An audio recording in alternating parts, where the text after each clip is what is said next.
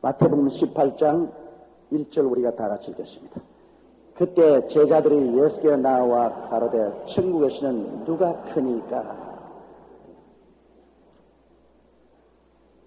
방금 예수님께서는 예루살렘에 올라가서 로마인이나 유대의 제생기에 팔려서 십자가에 못 박여 죽으실 것을 말씀을 했는데 제자들은 그것은 다 까먹어버리고 이제 천국에 올라가면 우리 중에 누가 제일 크냐고 그 다툼입니다. 이거 정말 예수님이 들을 때 너무나 섭섭한 행동입니다. 주님은 지금 예루살렘에 올라가서 십자가에 죽으실 것을 이야기했는데 거기에 함께 마음을 동정하고 슬퍼하기는커녕 제자들끼리 천당에 올라가면 누가 더 높은 자리에 앉을 것인가 여기에 대한 논쟁이 붙어서 주님 앞에 그 문제를 해결해 달라고 왔습니다.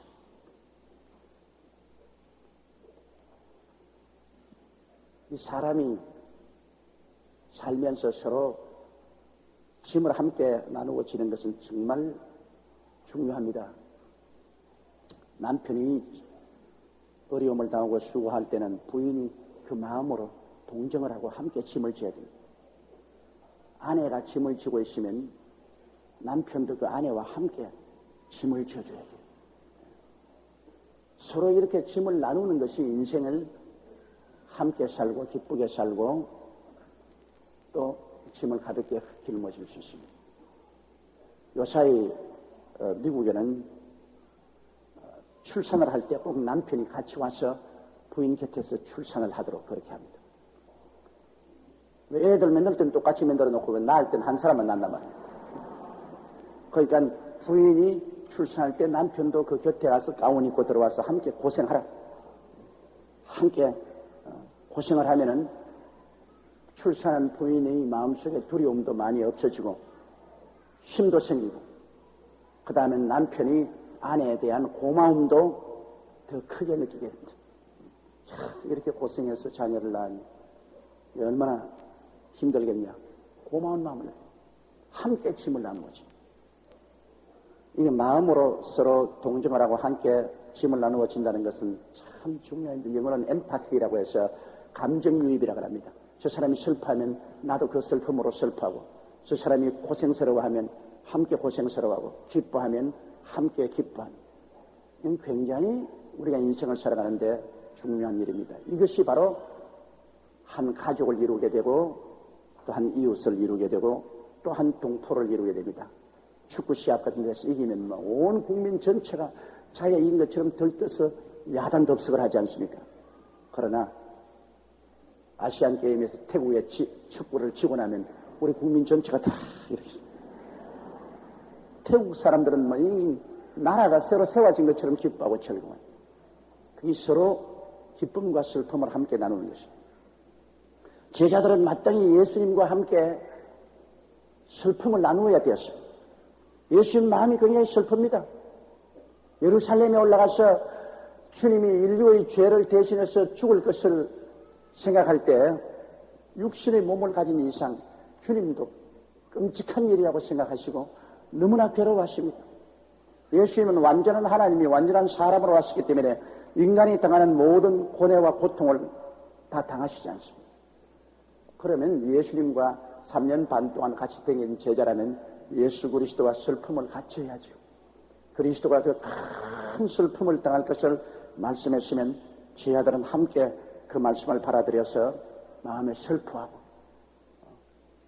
어쩐지 주님을 위로하고 힘을 드리려고 해야 되겠는데 이 철없는 제자들이 예수님은 지금 슬퍼해서 야단인데 제자들은 천당에 올라가서 누가 더 높은 자리 차지할까 서로 아웅다웅 이제 싸우기 시작하는 것입니다. 그때 제자들이 예수께 나와 가로되 천국에서 누가 크니까? 2절요. 예수께서 한 어린아이를 불러 저희 가운데 세우시고 셋째요. 가라사대 진실로 너희에게 이르노니 너희가 돌이켜 어린아이들과 같이 되지 아니하면 결단코 천국에 들어가지 못하리라. 어린아이는 굉장히 단순합니다. 왜냐하면 어른들은 마음에 탐욕이 꽉 들어와 있어서 모든 것을 욕심이라는 이 안경을 끼고 봅니다. 내게 유익이 되는가? 우리 집단에 유익이 되는가?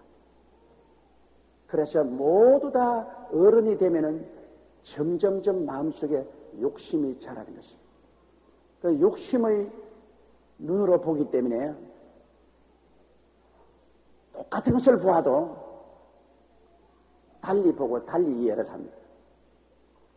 나 어린아이는 아직 그렇게 욕심이 마음속에 들어오지 않았습니다. 마음에 탐욕이 없기 때문에 어린아이 눈에는 모든 것이 있는 그대로 비추이는 것입니다. 이러므로 탐욕이 없고 그리고 단순하고 그 어린아이는 또 교만하지 않습니다. 내가 뭐 잘났다고 해서 난 너보다 잘났다, 난 너보다 낫다 그런 것 없어요. 생긴 그대로 순진하게 그렇게 했습니다. 이러므로 우리 주님께서 천당에는 누가 더 크냐, 그러니까 어린아이를 불러다가 갖다 놓고 어린아이를 보라. 그러면 두말할 없이 어린아이는 어린애들은 욕심이 없어, 탐욕이 없어, 그리고 교만하지 않고 겸손해. 자연적인 교훈이 되는 것입니다. 천당에는 누가 제일 크냐? 이 세상에서 욕심을 버리고 탐욕을 저버리고 하나님을 순수한 마음으로 섬기며 자기를 높이지 않냐고 겸손하게 낮추며 하나님을 경외하고 높이고 남을 나보다 낮게 여기는 이러한 수양이 닦여지면 닦여질수록 천국에는 더 커지는 것입니다. 그러면 세상하고는 정반대죠. 세상에서는 욕심이 많을수록 이 사람이 점점 더 많은 것을 소유하게 되고 그리고 자기를 높이고 나아갈수록 사람들에게 존경을 받고 그렇게 하는 것 같이 보이는데 천국은 정반대입니다. 천국은 탐욕을 버려야 됩니다. 탐욕이 있으면 천국은 못 들어갑니다. 약대가 바늘기로 못 들어가는 것처럼 부자가 천국에 못 들어간다는 것은 부자가 물질이 많기 때문에 천국에 못 들어가는 건 아닙니다. 욕심이 많기 때문에. 욕심이 너무 많아서 예수 믿고 하나님 섬기면 11조 드려야 된다. 그만 11조가 너무 많아지기 때문에 못 들어갑니다. 욕심이란 무섭습니다. 우리 교회 여기 완전히 망해서 온 사람이 예수 믿고 그 다음에는 점점 축복을 받아서 나중에는 11조가 1년에 1억이 넘게 되었습니다. 그가 11조 1억을 저에게 한 2년째 가져오더니만 더 축복을 받아서 11조가 1억이 넘게 되니까 그가 하러 오더니만 목사님 이제 교회 그만 나오겠습니다. 그러더라고요.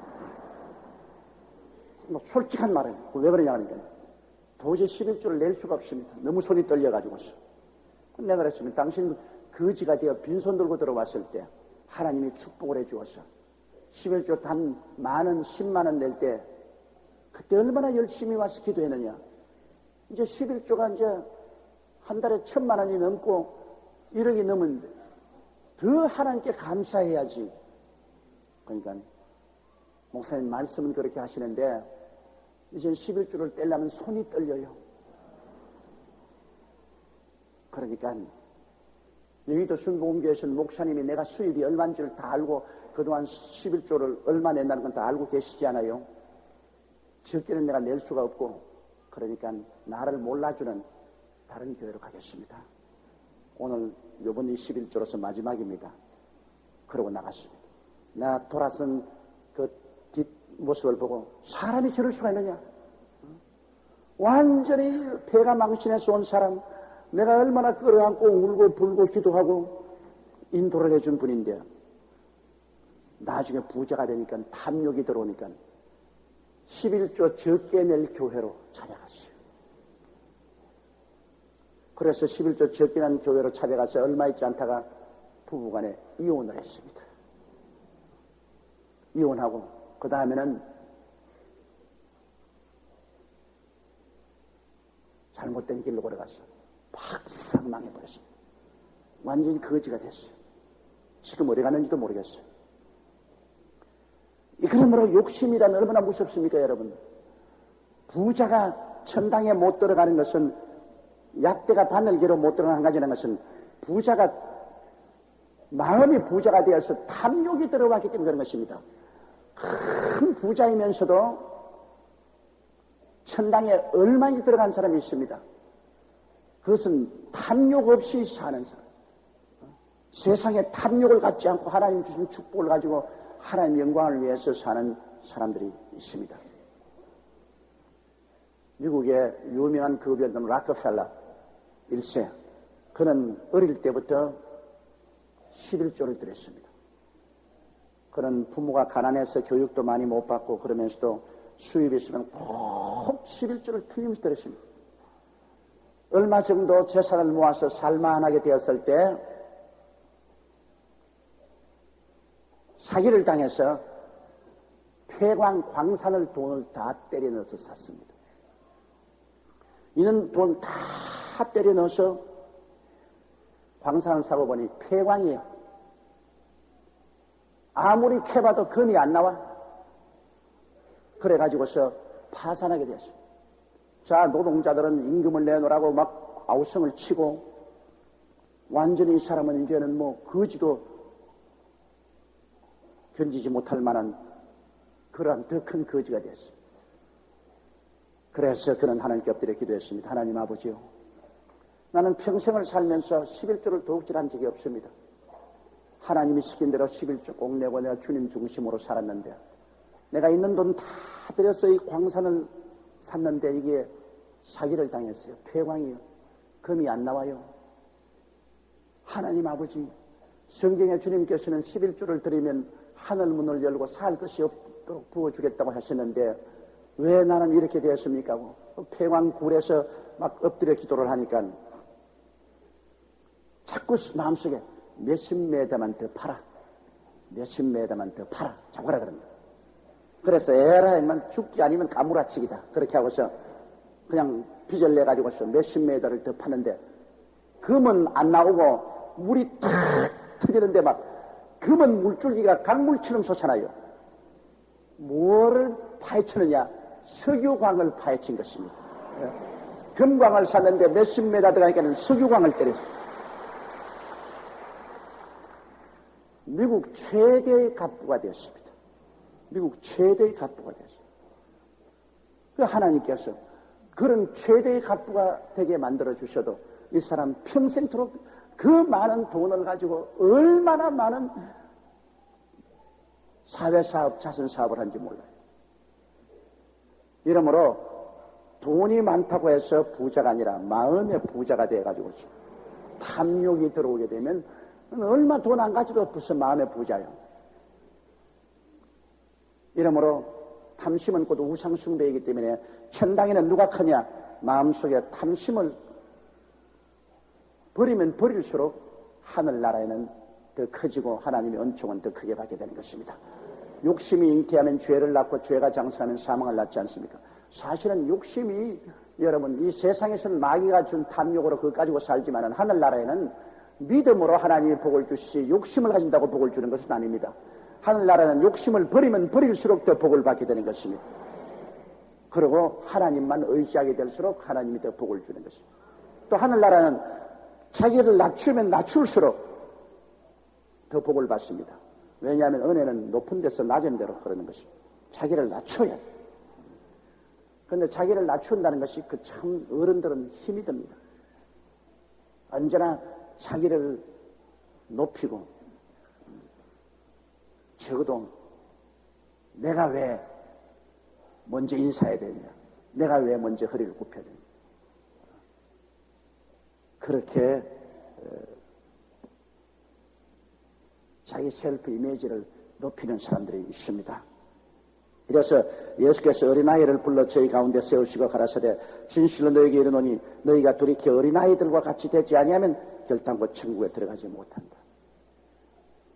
그러므로 어린아이와 같이 우리가 예수 믿게 되면 벌써 어린아이와 같이 탐욕을 어느 정도 버리고 겸손해진 것을 말합니다. 예수를 믿는다는 것은 벌써 그만큼 세상 욕심 버렸기 때문에 예수님을 믿게 된 것입니다. 그리고 또 예수 그리스도를 믿음으로 그만큼 자기 교만을 깨뜨리고 하나님을 순종하기 시작한 것입니다. 이러므로 탐욕을 버리고 겸손해지는 그 시작이 벌써 신앙인 것입니다. 그래서 이 점점점 신앙이 깊어지면 점점 더 탐욕을 버리게 되고 점점 더 교만을 버리고 겸손하게 되므로 세상에서는 점점 우습게 보이지만 하늘나라에서는 점점 커지는 것입니다. 세상 사람 볼 때 저 사람 지금 완전히 미친 사람 아닌가. 주일날 또 일 안 하고 교회 나가고 그리고 11조 다 드리고 주의 사업이라면 하나님 명령하면 있는 것도 다 내놓고 지금 완전히 지금 버린 사람이에요. 그리고 사람이 그냥 막 겸손해져 가지고서 너무 자기를 낮추니까 뭐 저런 사람이 있냐.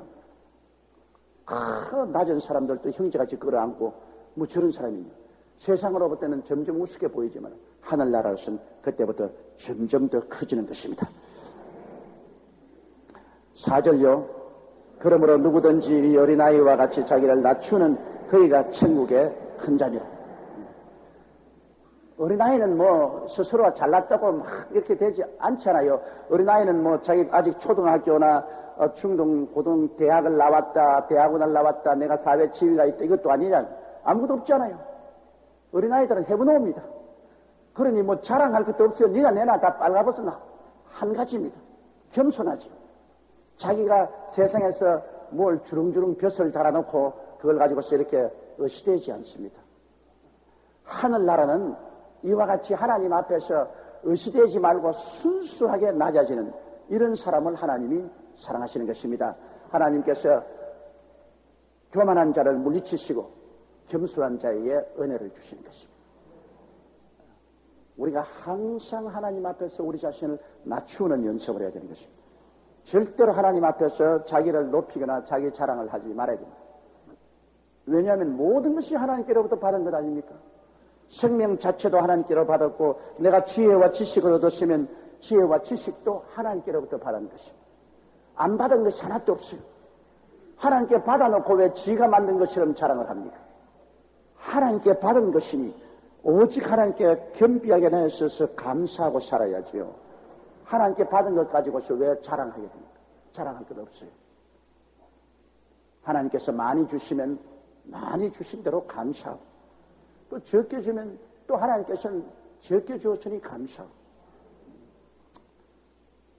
어제 신문에 보니까는 수능시험 400점 만점에 400점을 딴 딸이 있어요. 그 참 400점 만점에 400점을 땄으니까 그 뭐 역사상 참 볼 수 없는 그런 천재의 딸을 가졌어요. 그러면 그 천재의 딸을 가진 것도 하나님이 그렇게 지혜를 주셨으니 하나님께 감사. 수능시험 400점 만점에 200점을 따가지고서 학교에 못 갈지 몰라도 또 그런 딸들에게는 또 아들에게는 그 지혜보다도 하나님은 착한 성품도 주시고 또 이쁜 미모도 주실 수도 있는 것입니다. 하나님은 절대 손해나게 하지 않아요. 내가 어제 그 수능 점수 보고서 내 생각으로는 내가 딸이 있다면은 수능 점수 400점 만점을 받는 딸을 갖겠느냐, 한 200점 받아도 인물이 이쁜 딸을 갖겠냐 하면 나는 인물이 이쁜 딸을 갖겠어.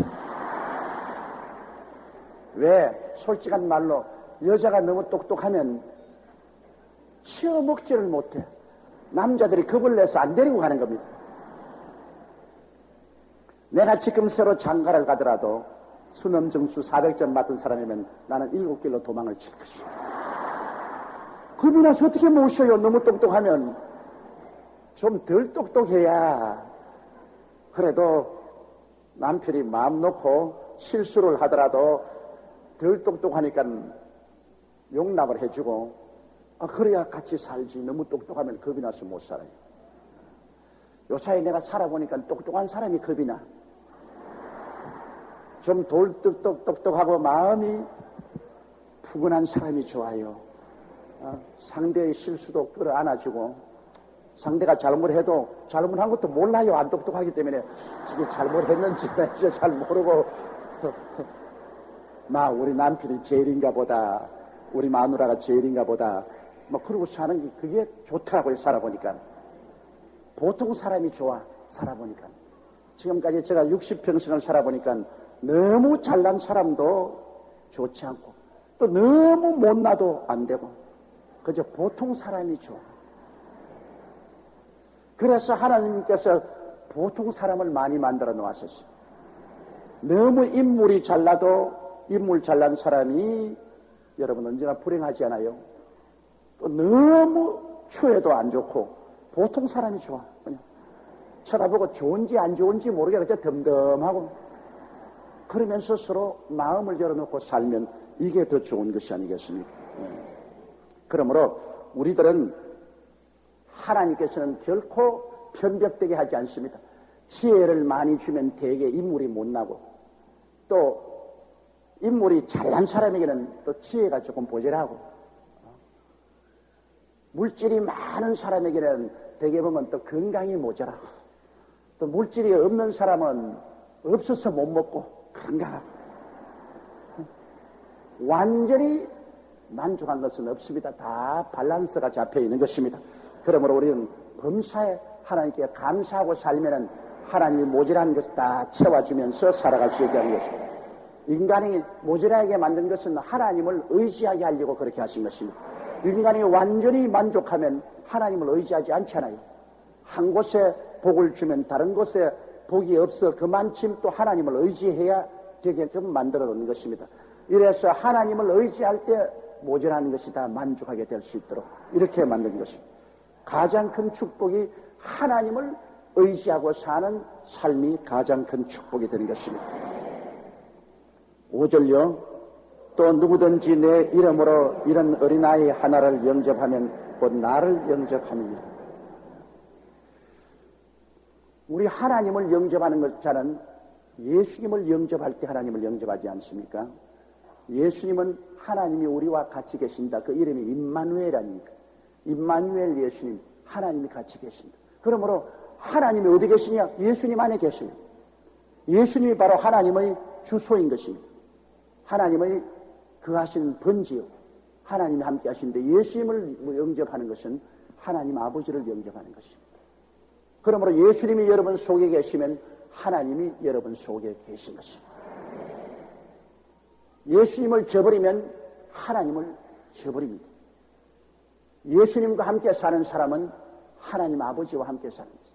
아들이 있으면 아버지가 있고 아들이 없으면 아버지도 없습니다.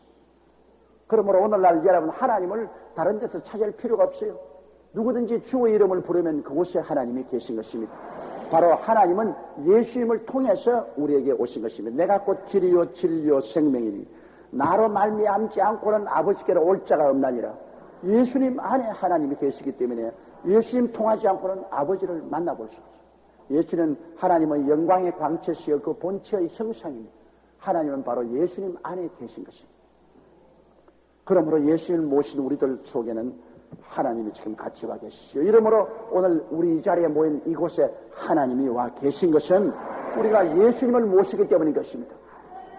그런데 예수님은 또 뭐라고 말하면 내가 어린아이 하나라도 예수 그리스도 이름을 믿고 나가는 어린아이를 영접하면 예수님을 영접하는 것입니다. 아, 그건 마땅한 일 아닙니까? 저는 주의 종입니다. 예수님의 종이죠. 예수님이 보낸 일에 내가 일하러 갈 때 반갑게 받아들여서 일을 할 수 있도록 해주면 그건 나를 영접한 것이 아니라 나를 보내신 예수님을 영접하는 것이 아니겠습니까? 그러나 제가 주의 사업으로 출발했는데 박대를 당하고 내쫓아버리면 그건 나를 내쫓는 것이 아니라 예수님을 내쫓는 것입니다. 그것은 주님의 보내심을 바라기 때문인 것입니다. 여러분 지역장 구역장 여러분들도 신방을 하고 말씀을 전가하고 나갈 때는 주님의 종으로 나가는 겁니다. 여러분 스스로 나가는 건 아닙니다. 여러분을 영접하면 예수님을 영접하는 것이요, 여러분을 박대하고 쫓아내면 예수님을 박대하고 쫓아내는 것입니다. 이 사울이 교회를 핍박하고 많은 성도들을 잡아 감옥에 가두고 다메섹에 있는 교회를 핍박하기 위해서 말을 타고 가다가 대낮에 하늘에 햇빛같이 밝은 빛이 비치고 말에서 떨어졌을 때 하늘에서 음성이 나서 말하기를 사울아 사울아 어찌하여 나를 핍박하는가? 사울이 물었습니다. 주여 니시니까? 나는 너가 핍박하는 예수라. 사울은 예수님을 직접 핍박한 적이 없습니다. 그러나 교회를 핍박하고 성도를 핍박했습니다. 그런데 예수님 말하기를 너는 나를 핍박하고 있다고 말했습니다. 주님의 교회를 핍박하면 예수님을 핍박하는 것이고 주의 성도를 핍박하면 예수님을 핍박하는 것입니다. 교회와 성도는 예수님과의 생명일체인 것입니다. 한 생명입니다. 교회와 성도들을 잘되게 도와주면 그것은 예수님을 잘되게 도와줄 것입니다. 교회를 핍박하고 성도를 핍박하면 예수님을 핍박하는 것입니다. 우리 주 예수 그리스도와 교회와 우리 성도는 생명일체요 하나로서 지금 살고 있습니다. 이러므로 그리스도의 이름을 가지고 오는 사람은 바로 예수님과 함께 오고 있습니다. 예수 그리스도의 이름을 가지고 우리가 어린아이 한 사람을 영접하더라도 그건 예수님을 영접하는 것입니다. 이렇기 때문에 우리가 어린이 한 사람이라도 그리스도 이름으로 우리가 잘 대접하고 잘 돌보면 예수님을 돌보는 것이 된다는 것을 알아야 됩니다. 더구나 이 새말에 부모를 잃어버리고 고아가 되어 있는 애들은 이들에게 우리가 그리스도의 이름을 전하고 그리스도의 사랑을 베풀면 예수님을 돌보아 주는 것이 됩니다. 또 예수 그리스도 이름으로 우리가 가난하고 헐벗고 굶주린 사람과 좋은 것을 나누면 바로 우리 예수 그리스도를 대접하는 것이 되는 것입니다. 그 내 이름으로 하면 소용이 없어요. 예수 그리스도 이름으로 그리스도의 영광을 위해서 하면 그리스도가 기뻐하는 것이기 때문에 예수님을 대접하는 것이 되는 것입니다. 6절요. 누구든지 나를 믿는 이 소자 중 하나를 실족케 하면 차라리 연자 맷돌을 그 목에 달리우고 깊은 바다에 빠뜨리는 것이 나으니라. 예수님을 사랑하고 믿는 어린아이 하나라도 우리가 실족해서 신앙을 잃어버리게 하면 여러분 로마에 있어서는 그 당시의 형벌 중에 살인죄나 중대한 사회에 대한 범죄가 있는 사람에게는 맷돌이 있잖아요. 우리 한국에도 옛날에는 당나귀를 소를 가지고 돌렸더니 큰 맷돌, 연자 맷돌 그 구멍을 목에다가 꼽아가지고서 바다에 던졌습니다. 옛날 로마에서나 헬라에서나 중범죄는 지은 사람은 사형을 베풀 때 목에다가 그 맷돌을 갖다가 꼽아가지고서 던져버리면 그 무거운 맷돌을 목에 꼽고 바다에 깔아앉았으니 그야 다 살아나지 못하죠. 어린아이 하나라도 예수를 믿는 어린아이를 시험에 들게 해서 신앙에서 떨어지게 하면 그 연자 맷돌을 목에 걸고 바다에 던지는 그것이 차라리 낫다고 그랬습니다. 왜? 육체는 죽어도 영혼은 사니까 어떠한 일이 있어서 육체를 죽이더라도 영혼을 사는 것은 큰 문제가 없지만은 영혼을 죽이는 것은 영혼을 죽을 바에는 차라리 연자 맷돌을 목에 달고 바다에 던져 육체를 죽이고라도 영혼을 살리는 것이 낫다는 것입니다. 그러므로 여러분 우리 주님께서는 이것을 분명히 보고 계십니다. 육체의 생명이란 한정된 생명입니다. 100년 이내에 사라집니다. 영혼은 영원히 삽니다. 영원히 삽니다. 그러므로 영혼을 죽이는 것은 무지무지한 죄를 지는 것입니다. 잘 믿는 사람 잘못해서 육체가 죽는 것은 그건 큰 손실이 없어요. 그러나 시험에 빠지게 해서 영혼을 잃어버리고 불신앙에 떨어지게 해서 죽게 만들면 그는 영원히 그 사람을 죽이는 것이 되고 마는 것입니다. 바울 선생도 교회에서 음란하고 방탕한 짓을 한 사람을 사탄에게 내주어가지고 그 육체는 죽어도 회개하고 영혼은 주 예수 그리스도의 날에 구원을 받게 하라고 했었습니다. 그가 죄를 짓고 잘못했으니까 육체는 마귀에게 내줘가지고 중병이 걸려서 죽더라도 그 육체가 중병이 걸려 죽는 그 과정에서 그런 회개함으로 주 예수의 날에 영혼은 구원받게 하려 함이라고 말한 것입니다. 이러므로 육체는 우리가 죽을 수 있어요. 그건 뭐 50년 살거나 70년 살거나 다 100년 안쪽에 다 죽어요. 그러나 영혼은 영원히 사는 것이기 때문에 영혼을 잃어버리는 일은 절대로 하지 말아야 되고, 다른 사람이 시험에 들어서 영혼을 잃어버리도록 하면은 어마어마한 죄를 짓게 되는 하나님 앞에서 차라리 연자맷돌을 목에 메어서 바다에 던지는 것이 낫지, 시험에 들어서 그 영혼을 잃어버리도록 하는 일은 절대로 하지 말라고 성경은 말하고 있습니다. 사람이 온 천하를 다 얻고도 자기 목숨 하나 잃으면 무엇이 유익하리요? 사람이 자기 목숨과 무엇과 바꾸겠냐 했습니다. 여러분, 우리는 정말 우리 영혼의 귀중함을 뼈저리게 알아야 됩니다. 예수 그리스도를 믿고 영혼을 구원하고 그 영혼이 하나님 은혜 속에서 성장하게 하는 이것이 우리에게 가장 중요합니다. 부귀영화 공명이란 몸에 걸친 액세서리에 불과합니다. 액세서리가 얼마 있지 않다가 다 떠나가 버리고 말아요. 그 액세서리 때문에 영혼을 상처했거나 영혼을 저버리는 일을 하지 말아야 돼요. 그런데 너무나 안타까운 것은 이 액세서리 구하려고 영혼을 팔아먹는 사람이 많이 있어요. 영혼을 팔아서 일시적으로 있을 울긋불긋한 액세서리 달려고 합니다. 이러한 성도들이 너무나 많습니다. 너무나 안타까운 일입니다. 썩어질 양식을 위해서 일하지 말고 영원토록 있을 양식을 위해서 일하라고 하신 것처럼 우리는 영생을 취해야 되는 것입니다. 어찌하는지 우리가 구원을 받았으니 영생을 취해야 돼요. 영혼을 저버리는 그런 행동은 하지 말아요. 마귀는 언제나 우리에게 이 세상의 것을 가지고 우리를 유혹합니다.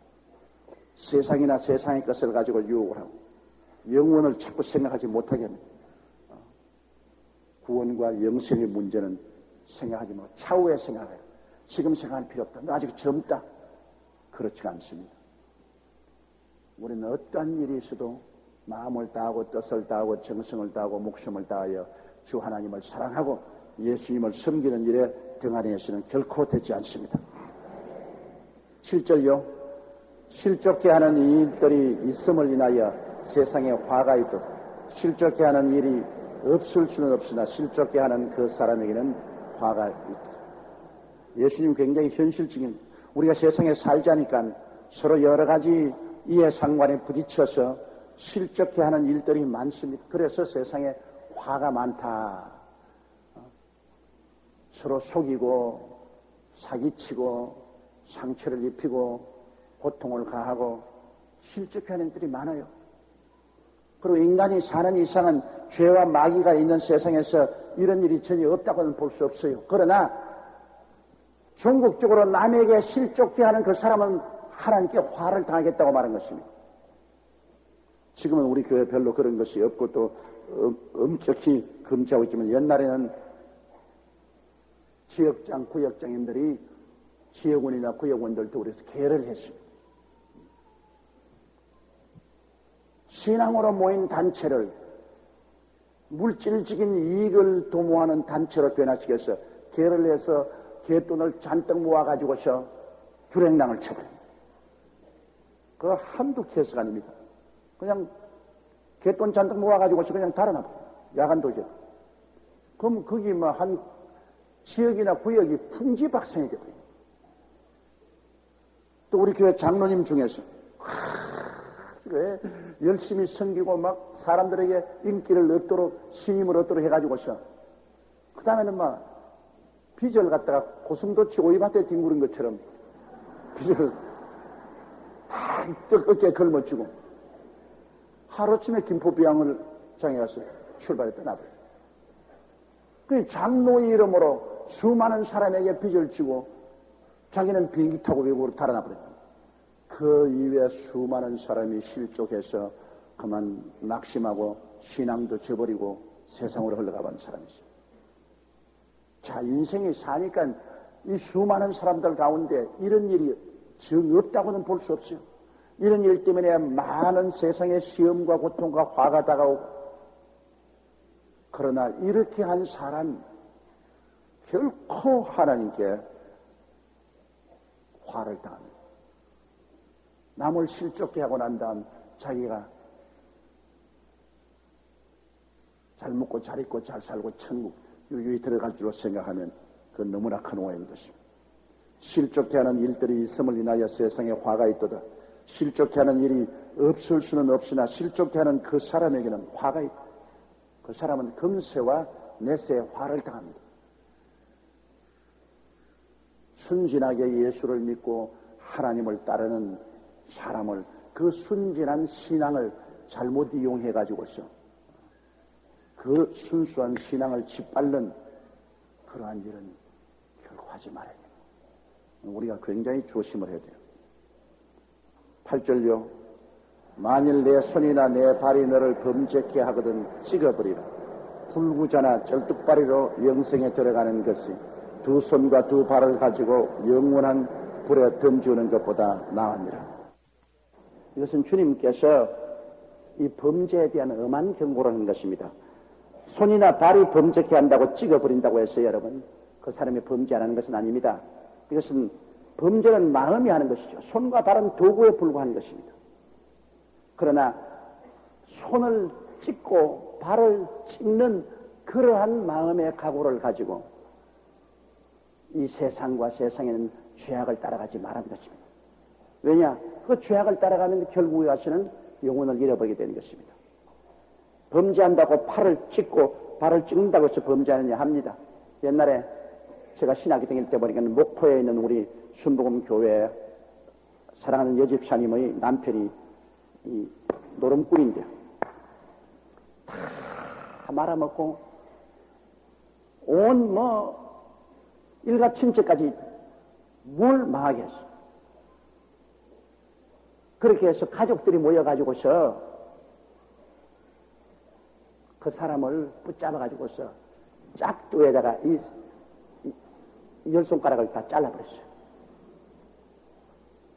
그때만 해도 옛날이라 그게 큰 법적 문제가 안 됐는가 봐요.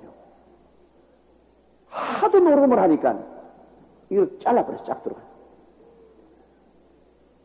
그래가지고서 그게 붕대를 감고 있을 동안에는 이제 노름을 안 했어요. 그러니까 야, 이거 손가락 다 잘랐으니까 저 사람 이제 개화천성에서 올바른 사람 됐다고 좋아했는데 그 붕대를 다 풀고 난 다음에는 또 보니까 그 몽땅 죽어가지고 또 이렇게 했어. 또 노름을 했어. 그러니까 그 손가락이 죄가 아니라 그 마음이 노름꾼이 되어 있으니까 손가락을 잘라도 또 노름을 해요. 그런데 하루는 부인에게 노름하기 위해서 돈 빌려오라고 했는데 부인이 돈을 빌리지 못하겠다고 그 교회로 도망을 쳤어요. 그 교회 창고에 목사님이 숨겨줬는데 와가지고서 죽이겠다고 막 눈에 불을 켜고 그 부인을 차에 댕기고 몽둥이를 패 죽이겠다 그러니까 목사님이 겁이 나가지고서 빨리 서울로 도망을 치라고. 그래서 버스 정류소로 내보냈는데 버스 정류소에서 잡혔어요. 그래서 그 유달산 바위 꼭대기로 끌고 왔어요. 남자. 그걸 가지고서 그 바위 곁에서 옷 다 벗어라. 너 옷도 내가 팔아먹어야 되겠다. 그러니까 부인 옷을 다 벗겨서 빨아벗겼어요. 그러고 난 다음에 바위에서 밀어 던져 죽이겠다고. 그러면서 네 마지막 기도하고 싶거든 해라. 네가 신랑도 모르고 집안도 모르고 예수만 따라가니 남편이 돈 빌려라는 것도 안 빌려오고 교회로 도망을 치고 너는 죽어야 된다. 그 마지막 기도하고 싶은 기도해라. 그래 부인이 그 바위에서 엎드려가지고 하나님 아버지 나는 이제 죽으면 천당으로 갑니다.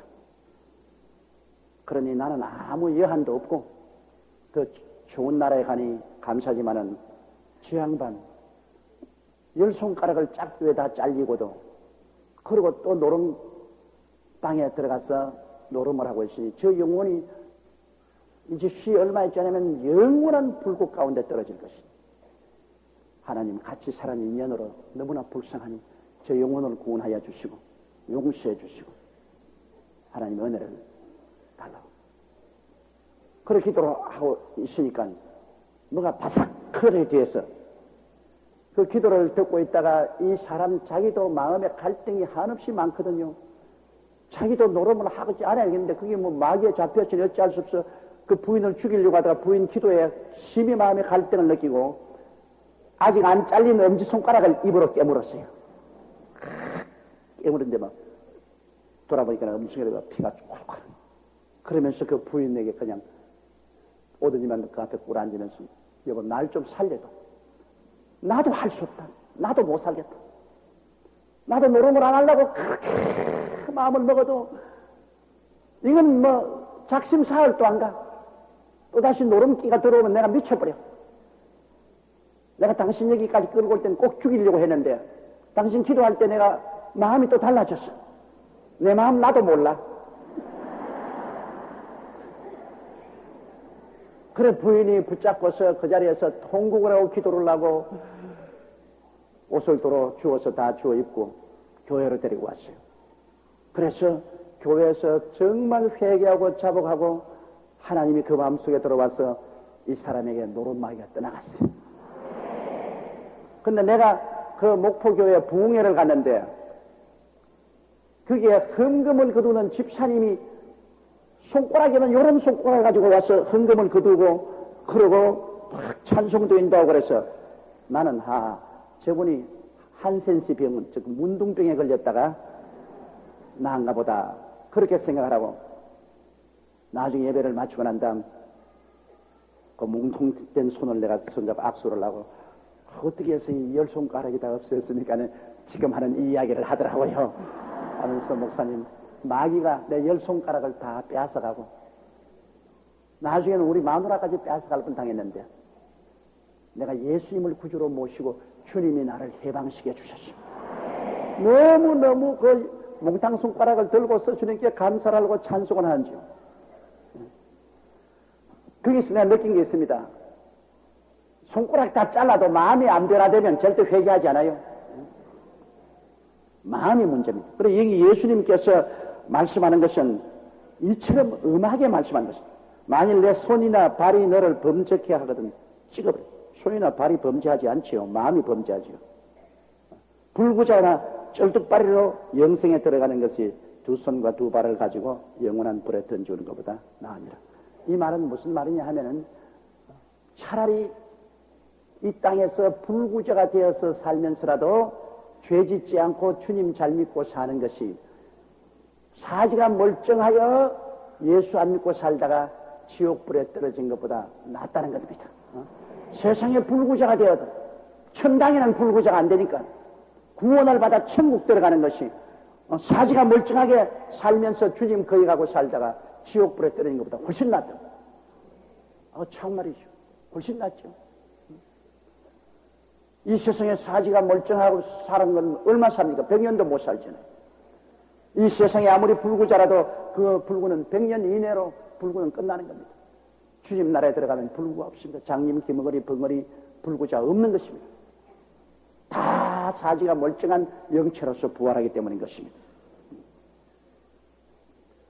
9절요.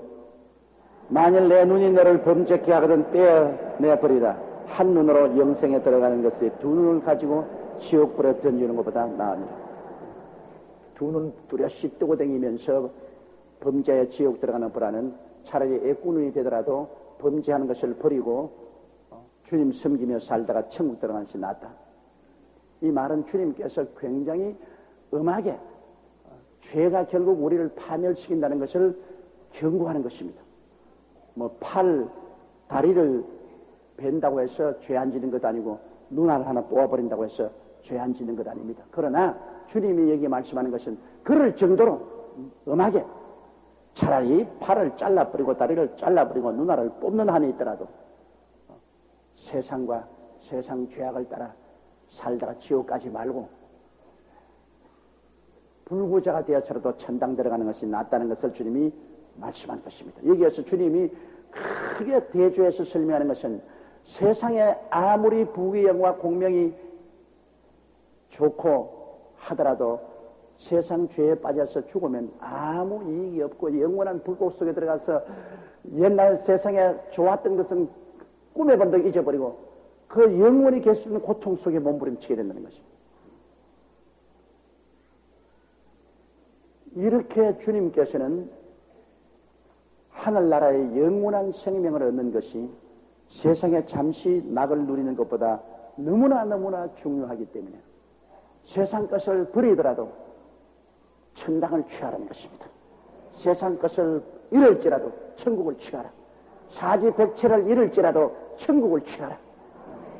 영원히 있는 것을 취하지 잠시 잠깐 있을 것을 위해서 영원을 잃어버리지 말라는 것입니다.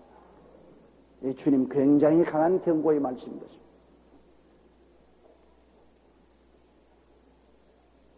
그 다음 10절요.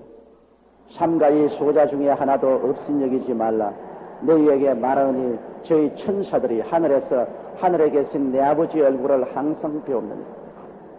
우리가 이 성경 말씀을 들으면 예수 그리스도를 믿는 어린아이에게도 하나님께서 보호천사를 임명해 놓아서 그 보호천사가 항상 그 어린아이에 대한 사실을 하나님께 보고한다는 것입니다. 그러면 여러분, 예수 믿는 여러분 한 사람 한 사람에게는 여러분에게 임명된 보호천사가 있습니다. 보호천사가 있습니다. 여러분의 일거수일투족에 대해서 전부 다 아버지께 늘 아뢰입니다. 잘한 것도 아뢰고 못한 것도 아뢰고 또 아버지가 지시하시면 내려와서 여러분을 보호하고 돌봐주기로 보호천사가 있습니다. 저에게도 지금 보호천사가 여기 오늘 내가 하는 것 전부 다 아버지께 보고한다고 하는 조 목사가 설교를 잘했습니다. 못했습니다. 다 보고한다. 그러니 우리 예수 믿는 사람에게는 보호천사가 꼭 따라붙어 있어요. 천사의 수가 천천히요 만만입니다. 마귀가 이 세상에서 사람들을 더욱지라고 죽이고 유혹시키는 일을 하기 위해서 수많은 귀신들을 퍼놓고 있지만 또 예수 믿는 사람들은 하나님이 이 죄악 세상에서 우리가 살아나갈 수 있도록 하기 위해서 우리에게 보호천사를 임명해서 천사가 우리들을 아는 듯 모르는 듯 늘 도와주고 있습니다. 우리에게 용기도 주고 힘도 주고 보호도 해주고 격려도 해줍니다. 보호천사가 우리 주위에 늘 있습니다. 나는 어떤 자매님 간증을 들었는데 그가 애들을 데리고 차를 운전하고 가다가 기차 철뚝을 걷는 가운데서 가면 엔진이 꺼졌습니다. 엔진이 꺼졌는데 저쪽에서 열차가 달려오고 있어요. 이건 뭐 이제 일촉즉발로 죽게 되었습니다. 그래서 한도를 잡고 하나님 아버지여 내가 자식들을 살려주십시오. 그럼 잘생긴 청년 한 사람이 출뚝지에서 나타나더니만 한쪽 손으로 차를 이렇게 싹 밀어버려요. 그 차가 뒤로 그냥 싹 밀려나갔어. 나오자마자 청년은 피해버리고 기차가 싹 지나갔어. 그래서 기차가 지나갔기 때문에 아유 너무나 감사하다. 이 청년에게 인사를 해야지. 기차 지나고 난 다음 차에서 내려서 보니까 그 청년이 온데간데 없어. 아무리 차고 보호천사에 있었습니다. 미국에서는 여러분 방울뱀에 물리면 즉살해요. 그런데 집에서 상당히 떨어진 농장에서 산에 풀을 베다가 그냥 방울뱀에 물렸어요. 방울뱀에 물리면 즉시로 온몸이 마비가 오는데 고하면 하나님 아버지요. 나는 이 자리에서 이제 방울뱀에 물려서 죽습니다. 주님 나를 살려주십시오. 어떤 사람이 흰옷을 입고 그 옆을 지나가는 듯이 오더니만 당신 방울뱀에 물렸구나. 내가 엎혀라. 엎혔는데 한 발자국 떼고 두 발자국 떼는데 집 앞에 와 있더랍니다. 상당히 집하고 거리가 먼데 엎혔는데 한 발자국 떼고 두 발자국 뗐는데 자기 집 대문 앞에 와 있어.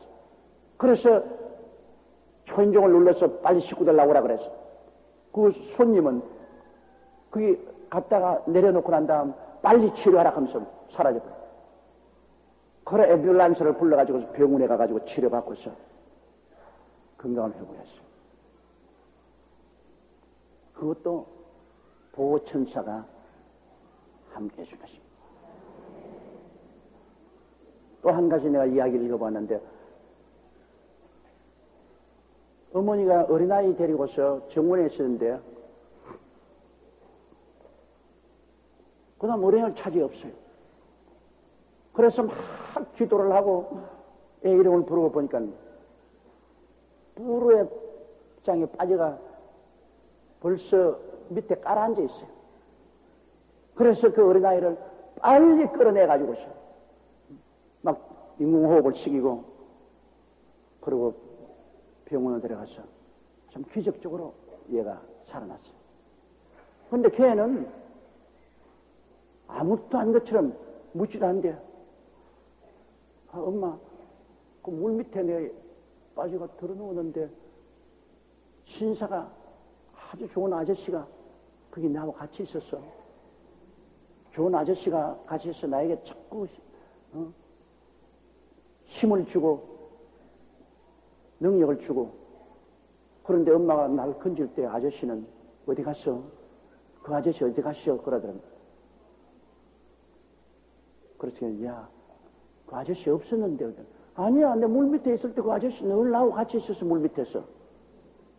그 어린아이의 보호천사였었습니다. 우리가 알지 못하는 사이에 우리에게 보호천사가 나와 있습니다. 내가 잘 아는 목사님 가족인데 미국에서 캠프를 갔어요. 가족들하고 캠프를 가서 그 산 깊은 데 천막을 치고 그러고 이제 캠프를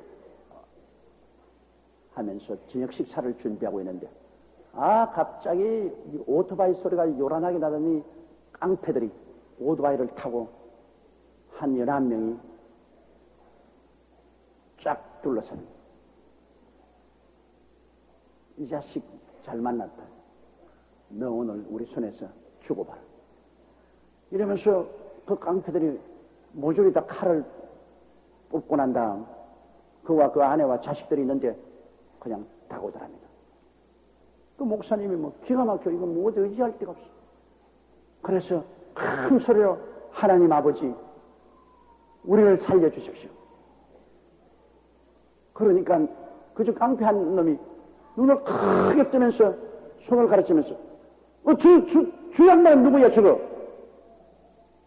그러니까 일시에 사람들이 전부 그 천막 입구를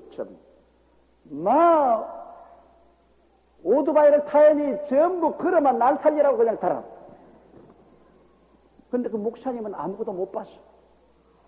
보호천사가 나타난 것입니다. 보호천사가 큰 능력과 위험을 가지고 나타나니까 뭐 일시에 다 달아. 그 보호천사가 같이 있어서 우리를 도와주고 있는 일들에 대한 이야기는 너무나 많습니다.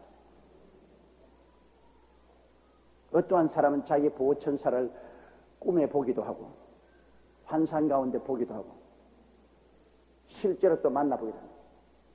미국의 저명한 목사님 한 분은 강단에서 설교할 때 종종 자기 보호천사가 와서 옆에 앉아있고 또 강단 옆에 서 있는 것을 늘 자기가 본다고 그렇게 말을 하는데, 나도 그 말 듣고 나도 좀 보게 해 주십시오. 아무래도 내 눈이 나빠 그런지 나는 안 보여 그냥. 그래도 믿음으로 나는 압니다. 오늘 또 이 자리에 내 보호천사가 와 있어. 여러분의 보호천사도 여기 다 와가 있어. 구름대같이 천사들이 와서 우리를 둘러지고 있는 것입니다.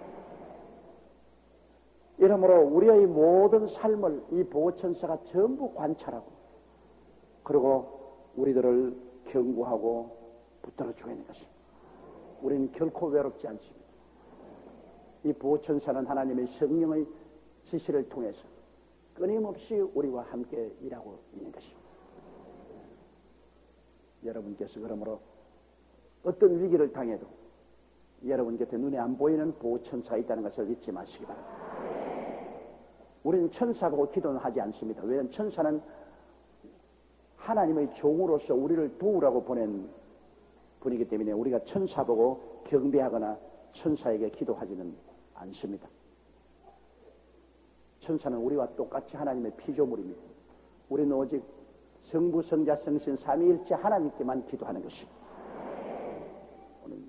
그러나 천사는 우리와 같이 있어서 24시간 우리를 돌보아주고 우리를 도와주고 있다는 것을 알고 마음 든든하게 생각하고 여러분이 하나님 앞에 종종 하나님 천사를 보내서 나를 붙들어 주십시오.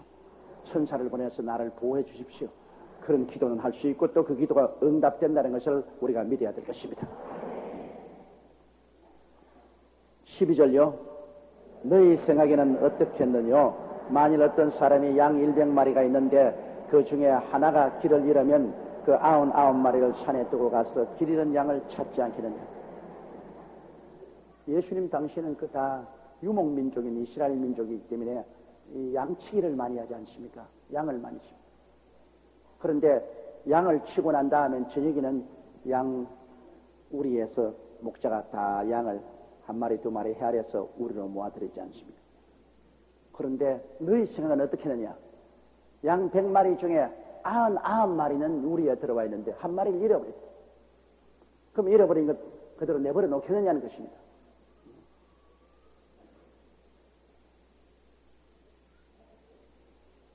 그러면 이 사람은 양 99마리는 우리에 두고 잃어버린 한 마리를 찾기 위해서 산과 들로 헤매지 않겠냐는 것입니다. 우리 누구든지 다 그럴 거예요. 100마리 양 중에 99마리는 우리에 한 마리 잃어버리면 그 한 마리 찾아서 나갈 것은 당연한 이치입니다. 내버려 놓고 이거 한 마리 99마리 있으니까 한 마리까지 잃어버려도 괜찮다. 그렇게 하지 아니할 것입니다. 이런 목자의 심정을 주님께서 예를 들어 말하는 것입니다. 13절요. 진실로 너희에게 이르노니 만일 찾으면 길을 잃지 아니한 99마리보다 이것을 더 기뻐하라. 잃었다가 찾으면 야 이거 정말 잃어서 찾았으니 얼마나 좋으냐고 아주 기뻐하고 즐거워할 것입니다. 그렇다고 해서 99마리 등한히 느끼는 건 아닙니다. 예를 들어 말하면 내가 부산에 갔는데 부흥회를 갔는데 부산교회 아주 부산 부둣가에서 유명한 주먹제비 깡패가 그 부인의 기도로 회개를 하고 들어왔어요.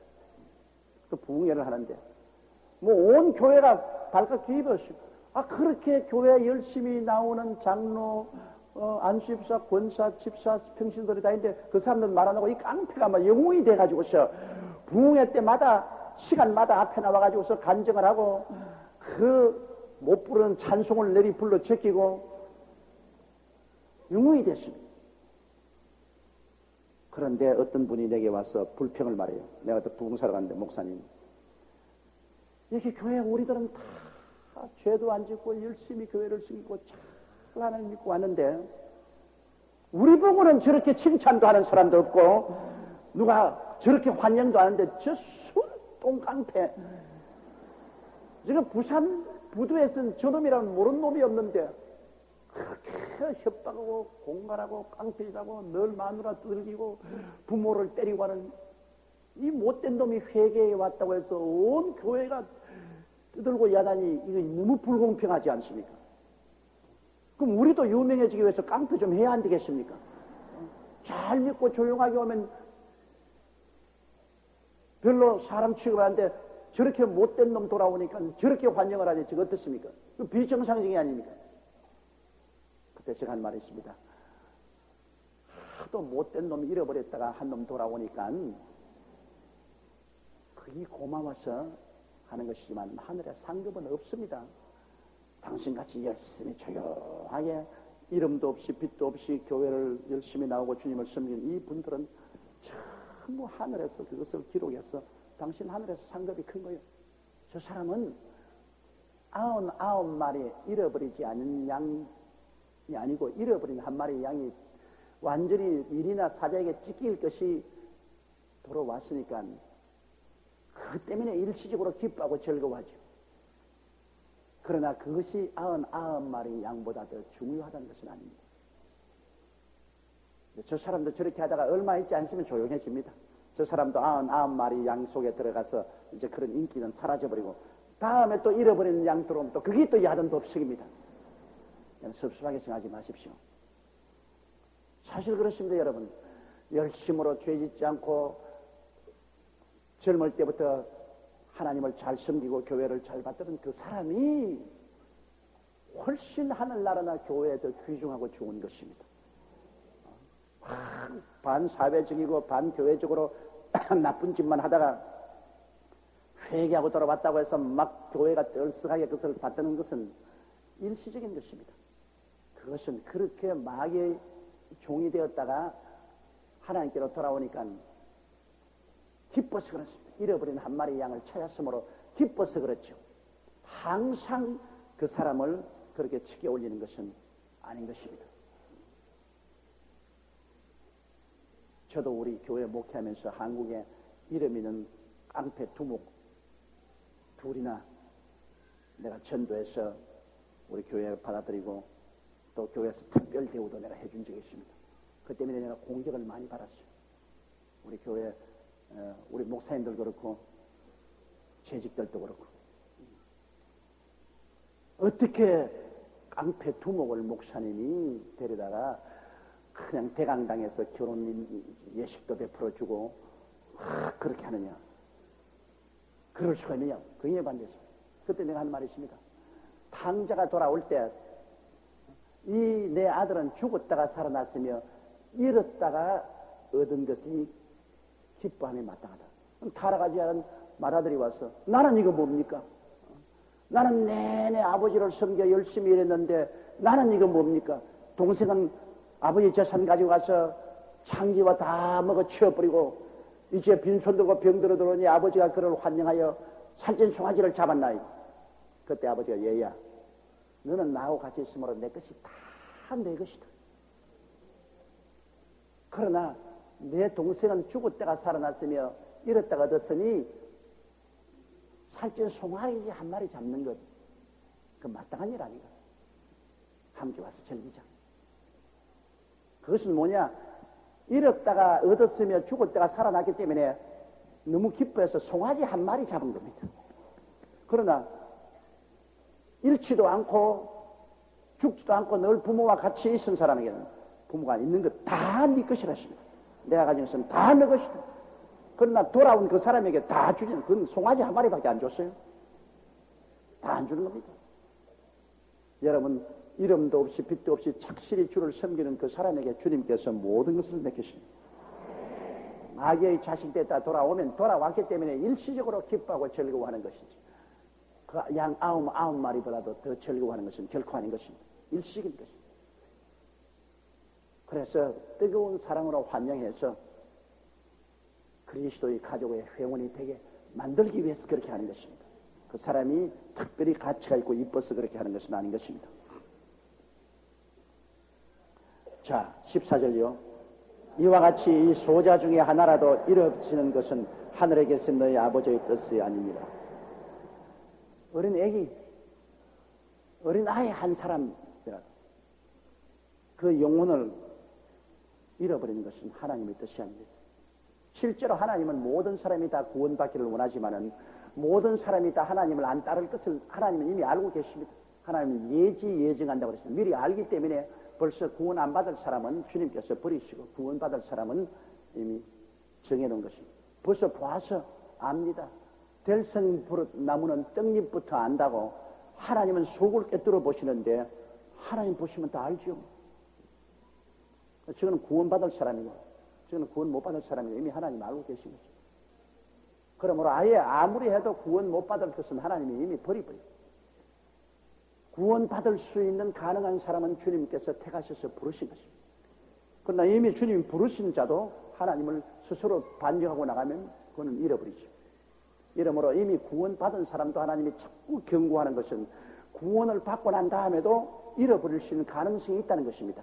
스스로 하나님을 반역하고 거역하고 나가면 버림받을 수 있기 때문에 하나님이 구원받은 사람들에게 경성하고 깨어서 기도하고 열심히 믿도록 늘 하는 것입니다. 나는 요사이 큰 문제가 된 복제인간, 똑같은 인간을 만드는 복제인간을 만드는 데 대해서 뭐 신문과 텔레비에서도 말하고 우리 한국에도 이제 복제인간을 만들 수 있는 그런 기술이 개발되었다고 하는데요. 이 복제인간을 만든다는 것은 크게 비윤리적이요 비도덕적입니다. 뭐라고 말하냐면 조용기의 DNA를 떼가지고서 어떤 여인의 난세포에 그 핵을 떼고 거기 넣어가지고서 그걸 자궁에 심어가지고서 어린애를 낳으면 꼭 나 같은 게 나오는 겁니다.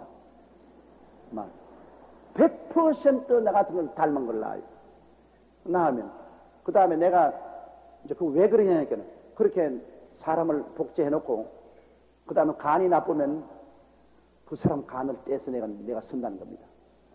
내게 조금도 거부 반응이 없긴 내가 꼭 갔기 때문에 신장이 나쁘면 그 사람 신장 떼서. 그러면 그 사람은 뭡니까 여러분? 그도 인간으로서 복제돼 나왔는데 자기에게 세포를 전달해 준 그분의 기관을 공급하기 위한 하나의 동물에 불과합니다. 또 우리 신앙적으로 보게 될 때 아무리 복제해도 육체는 복제해도 영혼은 복제할 수 없습니다. 영혼은 하나님이 주시는 것이기 때문에 그 사람이 육체적으로 아무리 DNA가 같다고 할지라도 조용기의 DNA를 취해서 꼭 나 닮은 사람이 낫다 하더라도 육체가 닮았지 영혼은 하나님이 주시는 것입니다. 영혼은 다릅니다. 영혼은 달라요. 나중에 아직까지 실험을 안 해 그렇지 복제인간 만들어 보세요. 육체의 모든 성격은 같아도 그 영혼의 성격은 완전히 다릅니다. 그 속에 있는 영혼은 다른 사람이에요. 하나님이 다른 영. 모양만 같았지. 육체의 껍질은 꼭 같았지만 내용은 영혼은 하나님이 주시는 것이기 때문에 사람이니까 그 영혼은 달라요. 그건 조용기하고 다른 생각도 가지고 다른 행동을 할 수 있어요. 육체적인 모든 유전은 같아도 영혼은 틀릴 수. 그럼 다른 영혼, 개체적인 인간의 간을 내가 마음대로 떼쓰고 신장도 떼쓰고 심장도 떼쓰기 위해서 복제인간을 만든 이런 비윤리와 비도덕적인 일은 있을 수 없습니다. 절대로 허락할 수 없습니다. 이거는 신성 모독입니다. 하나님에 대한 모독입니다. 지가 간 나쁘면 죽지 뭐 또 복제인간 만들어서 들어 붙이기는 왜 붙여요? 왜 남을 죽이고 나무 간 떼가지고 지간 붙여서 살라 그래요? 예수 믿으면 그런 짓 안 하게 됩니다. 예수 믿으면 하나님 주신 생명대로 살고 하나님 오라면 가는 것이 뭐 나무 간 붙여가 뭐 몇십 년 더 살아봤자 뭘 좋은 게 있어요? 우리가 이 땅에 사는 유일한 목적은 예수 믿고 구원받기 위해서 이 땅에 있는 것입니다. 구원받았으면 이제는 그 다음에는 언제 가도 가는 거예요. 그렇기 때문에 우리가 구원받지 못했으면 한시라도 더 오래 여기 있어야 되겠지만 구원받고 난 다음에는 여러분 주님이 언제 오라더라도 우리는 이곳을 떠납니다. 이곳은 우리가 살 곳이 아닙니다. 우리에게 영원히 있을 처소가 없습니다. 우리의 처소는 하늘나라에 예비되어 있기 때문인 것입니다. 자, 오늘 이까지만 공부하고 이제 우리 주여 세 번 부르고 통성으로 기도하십시다. 주여 주여 주여. 사랑이 많으시고 거룩하신 우리 하나님 아버지, 우리 아버지 하나님의 은혜와 사랑을 진실로 고맙고 감사합니다. 만군의 야훼 우리 아버지 하나님, 하나님 우리 아버지께서 영광과 찬양과 존귀를 받아 주옵소서. 우리 아버지 하나님이시여 이 물질 세계 속에서 우리가 영원히 살 것이 아닌 것을 알고 있습니다. 주님께서 우리를 이곳에서 구원하여 주신 것을 감사합니다. 예수님을 믿고 구원을 받아 하나님의 백성이 되고 하나님이 우리 안에 우리가 하나님 안에 있는 것을 생각할 때 감사합니다. 임마누엘 우리 주 예수 그리스도께서 우리 속에 와 계심이 감사합니다. 임마누엘 우리 주 예수 그리스도로 말미암아 하나님이 우리 속에 와 계심을 감사합니다. 오 사랑이 많으신 우리 하나님 아버지, 오 살아계시고 거룩하신 하나님 아버지, 아버지 하나님께서 영광과 찬양과 존귀를 받아주시고 아버지 하나님께서 높임을 받아주시옵기 간절히 기도합니다. 임마누엘 하나님 우리 아버지여 감사합니다. 임마누엘 하나님 우리 아버지여 감사합니다. 우리 주 예수 그리스도는 임마누엘이십니다. 우리 주 예수 그리스도로 말미암아 아버지가 우리 안에 우리가 아버지 안에 있음을 감사하고 하나님께서 무천사를 보내서 우리를 둘러 진치고 우리를 돌보아 주심을 생각할 때 감사하고 찬송합니다. 아버지 하나님께서 천사들의 활동을 인하여 감사드립니다. 우리 아버지 하나님께서 오늘날 또 무천사들이 우리와 같이 계셨습니다. 우리를 붙들어 주시고 도와주셔서 죄악에 빠지지 않게 하여 주시옵소서. 죄악에서 건져주시고 진리의 길로 서도록 우리를 힘주시고 도와주시옵기 간절히 기도합니다. 오 사랑이 많으신 우리 하나님 아버지를 감사하고 찬송합니다. 야훼 하나님이여 감사하고 감사하고 감사합니다. 야훼 하나님이여 주의 피 묻은 손으로 안수하여 주시옵소서. 우리 아버지여 힘과 생명을 주시고 지혜와 지식과 총명과 모략과 재능을 주옵소서. 우리 아버지 아담 광야에서 방황하지 말고 그리스도의 십자가를 통하여 하나님이 예비하신 새 에덴 오중복음과 삼중 축복의 에덴으로 들어가게 도와주시오. 아담과 하와를 위해서 하나님께서 에덴을 예비한 것처럼 예수 그리스도를 통해서 그리스도의 자녀들을 위하여 주님이시여 새로운 에덴 적과 꿀이 흐르는 땅을 예비해 주신 것을 감사합니다.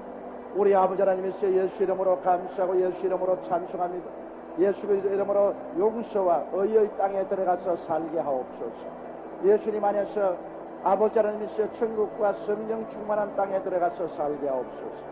예수님으로 말미암아 하나님이여 기쁨과 치료의 땅에 들어가 살며 예수님으로 말미암아 아브라함의 축복과 그리스도의 은혜의 땅에 들어가 살며 그리스도로 말미암아 부활과 영생과 천국의 소망 가운데 들어가 살게 도와주시옵소서. 우리 아버지 그리스도로 말미암아 영원히 잘됨같이 범사에 잘되며 강건하고 생명을 얻되 풍성하게 얻는 삶을 살게 도와주시옵소서.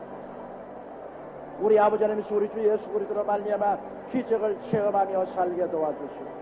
오 사랑이 많으신 우리 아버지 하나님 간절히 기도하고 원하옵나이다. 전지 전능 무소부지하신 하나님 아버지 영광의 대주제이신 하나님이여 하나님 우리 아버지께서 영광과 찬양과 존귀를 받아주시오. 오 사랑이 많으신 우리 아버지 하나님이여